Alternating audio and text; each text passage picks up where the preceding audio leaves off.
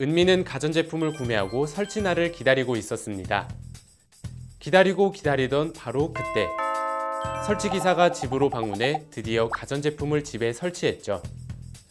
그런데 가전제품을 설치한 이후부터 모르는 사람에게 계속 메시지가 오는 것이었습니다. 이름도 제대로 쓰여 있지 않아 은미는 누군지 물어보려 답장을 하려고 했는데요. 그런데 상대방의 프로필이 뭔가 이상하고 깨름칙한 느낌을 받아 확인해보니 다름 아닌 가전제품 설치기사였던 것입니다.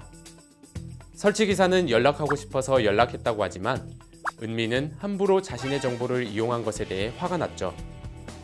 이런 경우 은미는 개인정보 유출로 설치기사를 신고할 수 있을까요? 텔레비전이나 에어컨, 냉장고 등의 큰 가전제품은 기사가 직접 집으로 방문해 설치해주는 경우가 많습니다. 하지만 설치만 해주는 것으로 끝나는 것이 아니라 개인적으로 연락을 취한 것이 문제가 되는 것으로 보이는데요. 그렇게 되면 혼자 사는 여성은 두려움을 느낄 수밖에 없죠. 오늘 사례처럼 설치기사가 사적인 감정으로 고객에게 연락을 했다면 설치기사를 신고할 수 있는지 전문가의 의견을 들어보겠습니다.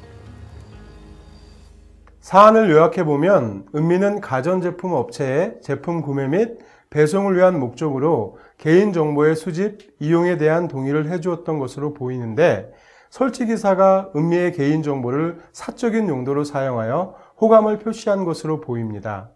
이와 관련해서 개인정보법 제15조 제1항은 개인정보 처리자는 정보 주체의 동의를 받은 경우 개인정보를 수집할 수 있으며 그 수집 목적의 범위에서 이용할 수 있다고 규정하고 있으며 동법 제18조 제1항은 개인정보 처리자는 개인정보를 제15조 제1항에 따른 범위를 초과해서 이용해서는 아니 된다라고 규정하고 있습니다.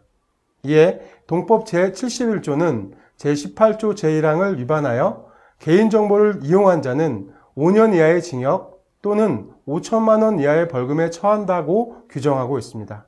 따라서 해당 사안에서 가전제품 업체의 설비기사가 서비스 목적과 다르게 은미의 개인정보를 사적인 용도로 사용한 것이라면 개인정보법 제71조에 의거해서 5년 이하의 징역 또는 5천만 원 이하의 벌금에 처해 줄 수 있다고 판단됩니다.